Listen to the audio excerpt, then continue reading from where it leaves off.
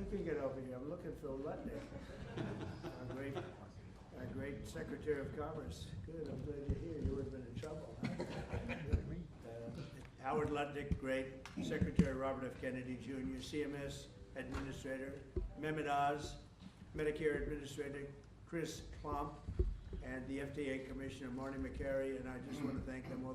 They've been working hard on many, many things. I think this is one of the biggest medical announcements that this office has ever made, because we're talking about price reductions, as you'll see in a couple of minutes, that are incredible. For many years, Americans have paid the highest prices anywhere in the world for prescription drugs. They paid far more, 10 times, 13 times, 15 times more than other countries for the exact same product.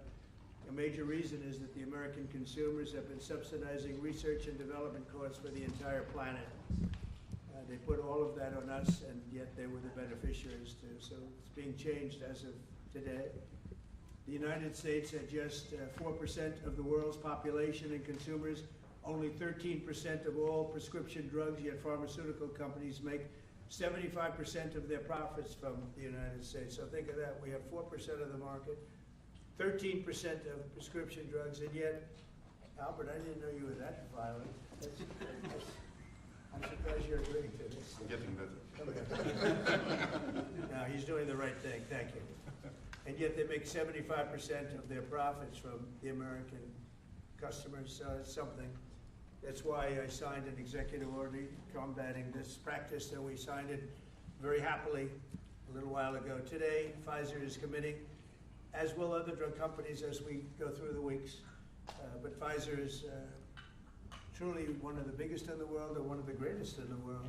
Today, Pfizer is committing to offer all of their prescription medications to Medicaid, and it will be at the most favored nation's prices. It's going to have a huge impact on bringing Medicaid costs down like nothing else. I told you that in my first term, I was so proud of the fact that for the first time in 28 years, drug prices came down. And I had a news conference that I explained it was 1/10 of 1%, but it was down. And here we're talking about, in one case, over 1,000%. This is a critical step forward to our work and to improve health care, and hardworking, low-income Americans, especially low-income Americans, will be helped so greatly. In addition, Pfizer is agreeing to provide some of their most popular current medications to all consumers at heavily discounted prices of anywhere between 50 and even 100%, and that's off the price. And in some cases, even more than that. These drugs will be available for direct purchase online at a website operated by the federal government. We're also announcing that moving forward, all new medications introduced by Pfizer to the American market will be sold at the reduced most favored nation costs. So we'll be paying essentially what other countries are paying, who have been much lower, much lower for many, many years. Furthermore, Pfizer will invest $70 billion to reshore domestic manufacturing facilities. In other words, they're going to bring a lot of their facilities to make their drugs and make what they make, their product. They're going to make it in the United States. I appreciate that $70 billion investment and fund research and development right here in America. We're working with other major pharmaceutical companies to secure similar agreements. Everyone understands that the status quo where Americans pay more for drugs, prescription drugs, and they pay more than foreign countries who take advantage of us in many other ways, although not so many anymore. I think we've pretty well got that stopped, right? I think so.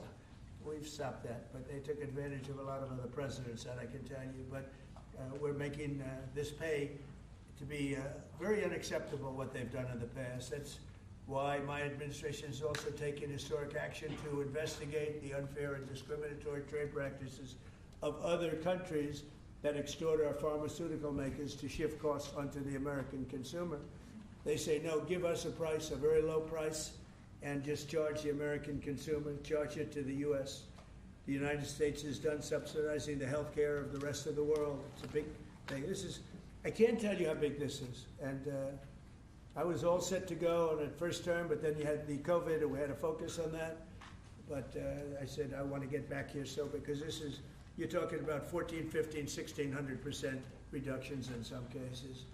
But by taking this bold step, we're ending the era of global price gouging at the expense of American families, and we're making America Healthy Again, which is our little theme for the people behind me. And I want to just ask Secretary Kennedy to come up and we'll start and we'll go through it with Oz and Klomp and Bourla and McCary.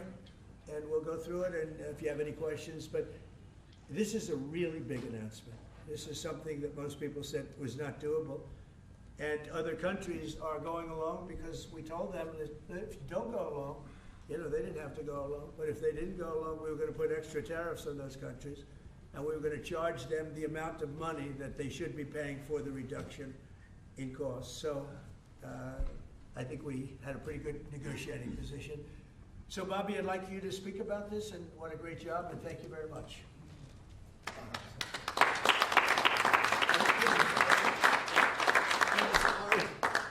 By thanking a couple of people who aren't up here, Theo Merkel, Dr. Heidi Overton, who played key roles in this negotiation, help make this happen.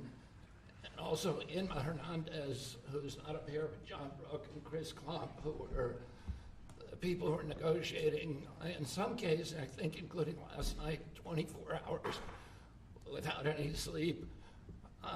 This would not have happened without President Trump's leadership. I told my son last night, we're all under secrecy about this, but I told my son late last night, a 27-year-old son, Connor, who's a very liberal Democrat, and I told him this was happening, and he just paused for a minute and he said, "Thank you, Dad, I'm so proud of you." Because this is something Democrats have wanted for 20 years, Republicans have wanted for 20 years. Everybody said they're going to do it. Nobody has even taken a step towards doing it. And the reason was because it was such a daunting task. And, you know, even all of the negotiators, you see, I also want to thank Howard Lutnick. This would not have happened without him. But even all of the negotiators here and all the people on at HHS and at the White House team, all we could see was all the reasons that this couldn't happen. Everybody had tried. Nobody could make it happen. And it was President Trump alone who, with his doggedness, his persistence, he saw this clearly in a way that none of us other, in its most simplest terms. Why are we spending more on this country than any other country? Why are we spending 75% of the revenues that come to the pharmaceutical industry? We're doing all the research, and everybody else is riding on our slipstream. And President Trump, I would say, harangued and harassed us to make this happen. I was getting calls at 11:30, 12 o'clock at night. "Oh, are you asleep? And you got to get MFN done." And at one point, Dr. Oz told me, "I can't take the president's calls anymore." I have a lot of reasons. My wife has a lot of reasons to say to me about different things that happen in my life. Doesn't that give you anxiety? And I say, I don't get anxiety. This gave me anxiety. Oh, thank you, President Trump. It would not have happened without you. This is real leadership.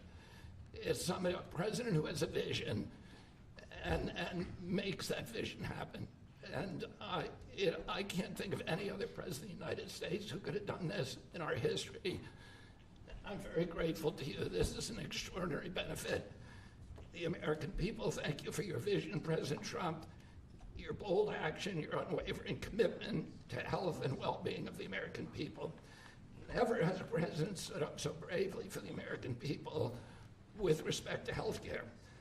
And by the way, I forgot to thank Albert Bourla. Albert and I have had a long history of antipathy and antagonism toward each other.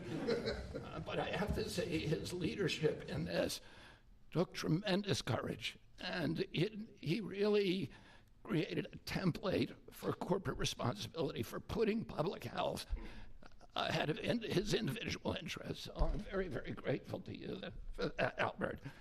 Under the leadership of President Trump, the U.S. government is now acting as a tough negotiator on behalf of the American people.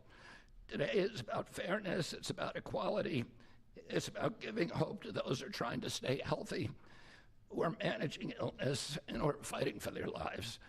We refuse to make the most vulnerable citizens continue to pay an unthinkable price for the world's pharmaceutical breakthroughs, which we pay for.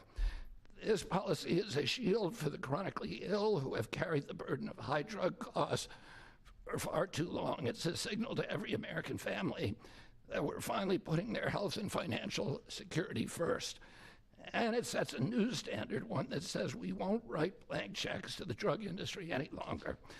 No family should ever be forced to choose between filling a prescription and putting food on the table. Americans should not be gouged paying 300 or 400 or 1,000% more than people in other countries for the exact same drug, many times manufactured in the same factory in New Jersey and sold in Great Britain for 1/10 the price that it's being sold for here. This week, and I was with some friends up in Martha's Vineyard, and an old friend, one of my oldest friends, his wife and daughter have a chronic disease. And that chronic disease last year cost $150,000 to treat. And the mother had to choose whether she was going to take that money and spend it on her or her daughter. And she spent it on her daughter. So she had to make that choice.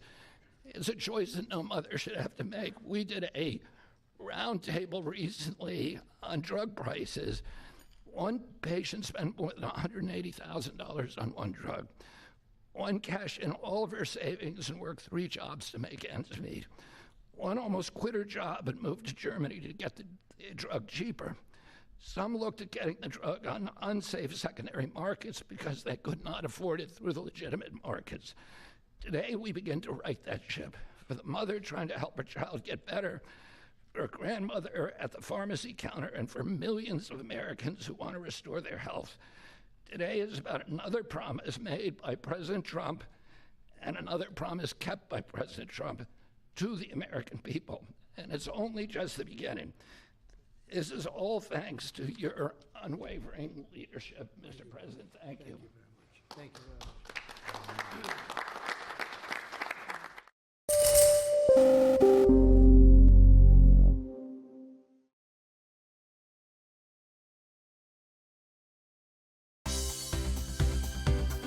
For more news and updates, all you need to do is follow CNBC TV 18 on all of our digital platforms.